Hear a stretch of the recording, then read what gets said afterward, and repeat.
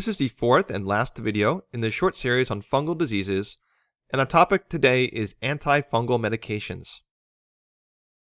The learning objectives are to be able to list the three major classes of antifungals and at least three members of each class, to describe the mechanism of action of each antifungal class, to list common toxicities and side effects of specific antifungals, and to be able to choose an appropriate antifungal in a patient with a suspected fungal infection.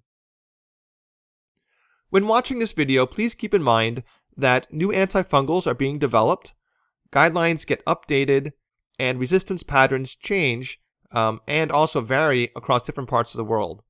So please do not use this as a reference during direct patient care. Always consult up-to-date guidelines or an infectious disease expert when selecting an antifungal for an ill patient. So what are the classes of antifungals that are out there? To understand how the classes differ from one another, I'm going to bring back this figure from earlier in the series. This is a cross-section of a typical fungal cell wall and membrane. The three main antifungal classes each exploit a component of the cell membrane or wall which is unique to fungi, thus allowing the drug to avoid targeting our own cells. Polyenes are a class of compounds derived from Streptomyces bacteria. They bind to ergosterol, which, if you recall, fungi use in place of cholesterol. Once a polyene has bound to ergosterol, it induces the development of pores in the membrane, allowing disruption in the electrochemical gradients. Azoles inhibit an enzyme called lanosterol 14-alpha demethylase, which is necessary for ergosterol synthesis. Last, Echinocandins inhibit beta-1,3-glucan synthase, which, as you likely guessed, is necessary for the synthesis of beta-1,3-glucan, a necessary component of the fungal cell wall. Because some of these class names may sound unfamiliar, yet you have probably heard of specific members of each, let me just mention a few to help everyone get on the same page with what drugs we're talking about. So the main member of the polyenes is amphotericin, known more completely as Amphotericin B deoxycholate. As I'll talk about in a few minutes, there are several additional forms of amphotericin, one called liposomal amphotericin B or ambosome, and another called Amphotericin B lipid complex or abelset. I'm not going to discuss it at all in this video, but nystatin, used for superficial and mucocutaneous candidal infections, is also a polyene, and in fact has a chemical structure almost identical to that of amphotericin. I think that surprises most people since, as I'll discuss, amphotericin is one of the most toxic of all antimicrobial agents, yet nystatin is used all the time without concern and without really much thought given to its toxicity. But the explanation is actually quite simple. Nystatin is minimally toxic when given topically, but is never given intravenously because it's even more toxic intravenously than amphotericin. Moving on, commonly used azoles include fluconazole, itraconazole, and voriconazole, along with a few others that are a little less common. And the echinocandins include caspofungin, micafungin, and the fun to say anadulafungin. Amphotericin B. Originally isolated from the bacteria Streptomyces nodosus in 1955, if curious, there is a compound called amphotericin A, which is identical to amphotericin B with the exception of one of the latter's double bonds being converted to a single bond. But amphotericin A has substantially less in vivo antifungal activity and is literally never used clinically. Amphotericin B, on the other hand, has an extremely broad spectrum of antifungal activity, being active against most Candida species, Cryptococcus, most Aspergillus species, Mucorales, and the classic dimorphic fungi. Resistance to amphotericin is pretty uncommon and is generally only seen in Candida lusitaniae, Aspergillus terreus, Scedosporium species, and Fusarium species. If you're scratching your head wondering what in the world those fungi are, they are very uncommon pathogens. In 10 years, I've never seen a single case of any of them. However, they are generally recognized as emerging pathogens, particularly in immunocompromised hosts, that we might be seeing more of in the decades to come. An historical interesting side note is that Aspergillus terreus was the original source of lovastatin, the first member of the critically important cholesterol-lowering medications called statins. Aside from those very rare resistant pathogens, there is a much more significant problem with amphotericin: its toxicity. In fact, toxicity of conventional amphotericin, that is Amphotericin B deoxycholate, is great enough that its use is generally reserved for life-threatening infections when there are no other reasonable alternatives. What are those toxicities? The most significant one is nephrotoxicity, which is common and usually reversible. Risk of overt renal failure is higher with dehydration and concurrent use of other nephrotoxic drugs. Other common toxicities include a relatively common and unpleasant infusion reaction, electrolyte disorders, particularly hypokalemia and hypomagnesemia, phlebitis, and a somewhat lesser issue than the other toxicities, a reversible normocytic anemia. Because of the combination of its high effectiveness, broad spectrum of activity, and substantial toxicity, there's been a lot of work done to develop less toxic formulations of amphotericin, specifically a group of drugs collectively called lipid-based Amphotericin B. Nephrotoxicity is lower with these drugs, but they are also more expensive, and whether or not they are cost-effective remains an open question. There are two common lipid-based formulations. One is formally called liposomal Amphotericin B, which goes by the brand name Ambisome. That annoying capital B in the middle of the name is actually part of the brand. Another formulation is Amphotericin B lipid complex, which is sold under the name Abelset. There's a third one which is not as common as the others, at least not in my experience, called Amphotericin B colloidal dispersion, and marketed under the trade name Amphotec. The structure of these lipid-based formulations are worth discussing just for a few moments because they're very fascinating. Ambisome delivers amphotericin within artificially constructed spherical structures called liposomes. Liposomes are composed of a phospholipid bilayer and is sort of like an artificial cell membrane lacking any internal structure or contents. And the amphotericin molecules sit within the bilayer. The structure of Abelset is a bit more complicated. In this drug, the amphotericin is complexed with two different phospholipids into this relatively small rosette-type arrangement, and the smaller complexes aggregate into very large ribbon-like structures. It's generally thought that the explanation for the lower toxicity of lipid-based formulations is that the amphotericin is not released until these superstructures interact directly with the fungal cell wall and/or membrane. I'll next discuss the azoles. To remind you, these inhibit synthesis of ergosterol. The most commonly prescribed of these drugs are fluconazole, itraconazole, and voriconazole. Some less commonly prescribed members include posaconazole, ketoconazole, clotrimazole, and miconazole. Unlike the various forms of amphotericin and the echinocandins, the azoles exhibit substantial differences in spectrum of activity between different drugs. I'm going to go through the activity and common use for fluconazole, itraconazole, and voriconazole in a somewhat crowded and information-dense chart, but I'll then summarize it with the most important 4 points. So starting with fluconazole, this is the first-line agent for most infections with C. albicans, including Candidemia, provided that the patient is not neutropenic, they haven't recently received azole therapy, and the hospital has relatively low rates of fluconazole resistance among Candida isolates. Using Candida glabrata as an example of just one of the non-albicans Candida species, fluconazole is generally not recommended while sensitivity testing is pending due to the relatively high rates of fluconazole resistance. For Cryptococcus, it's considered to be first line for mild non-CNS disease. For cryptococcal meningitis, it is used for consolidation therapy after initial response to a combination of amphotericin and an antifungal called flucytosine. I won't otherwise be talking about flucytosine, which is rarely used, typically only for this specific indication and which is profoundly expensive. Fluconazole is ineffective against both Aspergillus and Mucorales. It is a second-line treatment for blasto and histo, but considered to be first-line therapy for mild to moderate cocci infections. How does itraconazole compare?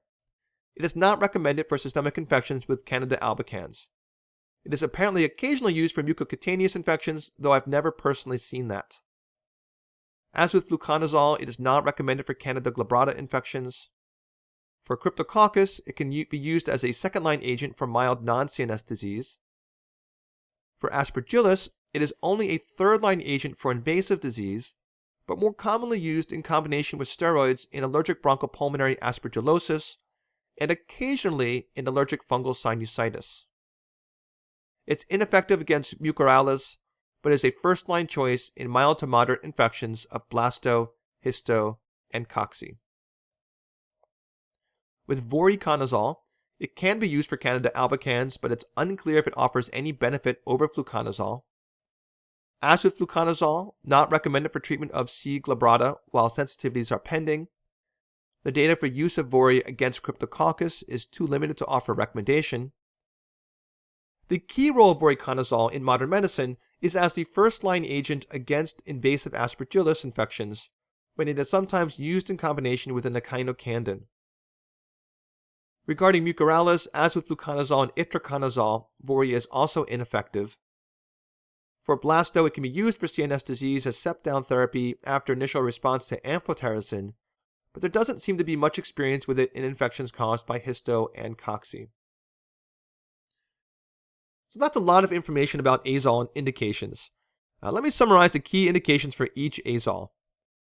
Fluconazole is first line for most stable patients with Candidemia from C. albicans, as well as most primary cocci infections of mild to moderate severity. Itraconazole is used primarily against the dimorphic fungi. Voriconazole is the treatment of choice against invasive Aspergillus with or without a concurrent echinocandin. And last, none of the three are appropriate choices for empiric treatment of C. glabrata infections or mucormycosis. Although they are better tolerated than amphotericin, the azoles also have a bunch of toxicities. Common to all of them are hepatotoxicity and numerous drug-drug interactions. The most notable of those interactions are with Coumadin, which results in a substantial increase in INR, rifampin, and most anti-seizure medications. Then there are some drug-specific effects. For example, fluconazole causes alopecia, itraconazole causes an unusual combination of hypertension, hypokalemia, and edema, and voriconazole is associated with neurotoxicity, visual changes, and photosensitivity. There is one additional important note about these drugs, specifically fluconazole. Although I only listed one non-albican species of Candida, there are certainly many other lesser-known ones, including Candida krusei. All Candida krusei is intrinsically resistant to fluconazole. Fluke should never be used against this specific pathogen. Now, as mentioned earlier, there are a good dozen or so additional azoles. In the US, I've only come across 4 others. There is posaconazole, which is notable as the only azole with clinical activity against mucorales, though it is generally only used in mucormycosis as step-down therapy after initial improvement with amphotericin. Ketoconazole, which is primarily used topically for superficial infections and generally not used for systemic infections. Something unique about ketoconazole is that it has anti-androgen activity and is therefore occasionally used in advanced prostate cancer. And the 2 azoles, clotrimazole and miconazole, which are primarily used for treatment of superficial and mucocutaneous infections. The last major class of antifungal to discuss are the echinocandins. To remind you, these inhibit beta-1,3-glucan synthase. This results in cell lysis with Candidal species, that is, it is fungicidal against Candida, while it simply inhibits the growth of Aspergillus or is fungistatic. The 3 members of this class, caspofungin, mycofungin, and anadulafungin, are structurally similar. They are cyclic hexapeptides and all have poor oral bioavailability and therefore must be given intravenously. Conveniently, at least while trying to learn these drugs, they all have the same spectrum of activity. Their most common clinical uses include empiric therapy in suspected Candidal infections in those situations in which azoles are contraindicated, such as neutropenia, clinical instability, and recent azole use, and as a second-line agent in invasive aspergillosis, or in combination with voriconazole in invasive aspergillosis. The echinocandins have minimal activity against mucorales and the dimorphic fungi. Significant side effects and drug-drug interactions are both relatively uncommon, and the major disadvantage of the echinocandins, they are very expensive. Here's a summary of the antifungal coverage of the medications discussed in this video. Please keep in mind, on account of it being a summary of complicated information that's not easily summarizable, there are going to be some minor details not accounted for. I'm going to make one new point before moving on. So far in this video, I've considered just two Candidal species, Candida albicans, which is by far the most common, and Candida glabrata, which is a non-languageable minority of Candidal isolates. But as discussed in some of the previous videos, there are other Candidal species. Also, resistance patterns, even among albicans and glabrata, are becoming less predictable. Therefore, some ID experts recommend not even thinking about antifungal coverage in terms of specific Candidal species, but rather approach Candidal isolates solely in terms of their sensitivity profiles. This is obviously a summary of the pharmacology, toxicities, side effects, and relative costs of these drugs. Once again, I'm not going to read through it line by line. I will, however, just point out in the cost column that none of these drugs get a single dollar sign. That's because no antifungal medications, at least no systemic antifungals, are particularly cheap. As you can see, the most expensive are the lipid-based formulations of Amphotericin B and the Echinocandins. I'll end the video with an overview of an approach to suspected Candidemia. First, why might a patient be suspected to have Candidemia? One situation would be the presence of suspected systemic infection with persistent fevers despite broad-spectrum antibacterials. The most common situations in which to see this is in a patient presenting with non-resolving neutropenic fever, or in a patient in the ICU for some other reason who develops severe sepsis while in the hospital and a bacterial source cannot be found. Another situation in which you should suspect Candidemia would be if Candida is isolated from both respiratory and urine cultures at the same time. While most positive sputum cultures with Candida and most positive urine cultures with Candida do not represent pathologic infection, if both sites are growing Candida at the same time, that should make you wonder a bit more. Also, in all these situations, consider the risk factors for Candidemia. This is not a complete list, but major risk factors include immunosuppression, particularly organ transplantation, chemotherapy, and advanced AIDS, older age, an indwelling central line, recent antibiotic use, TPN or total parenteral nutrition, recent abdominal surgery, renal failure, recent PPI or proton pump inhibitor therapy, and chronic steroid use. So once you've reached the decision that you suspect Candidemia, you should remove or exchange all catheters, both intravenous catheters and urinary catheters. And also obtain a formal ophthalmological exam looking for secondary fungal endophthalmitis. In common practice, doctors wait until Candidemia is confirmed before requesting an eye exam, but given the relatively low sensitivity of cultures for Candidemia, the more prudent approach is probably to request it as soon as a fungal infection is suspected. Then, of course, you should also start treatment empirically. As far as I can tell, there is no specific standard of care regarding choice of empiric antifungal, but this approach that I'm going to present is consistent with a handful of articles in the literature and also seems consistent with the practice of most local infectious disease experts. Ask if any of the following are true. Is the patient neutropenic? Are they clinically unstable? Have they recently received azole therapy?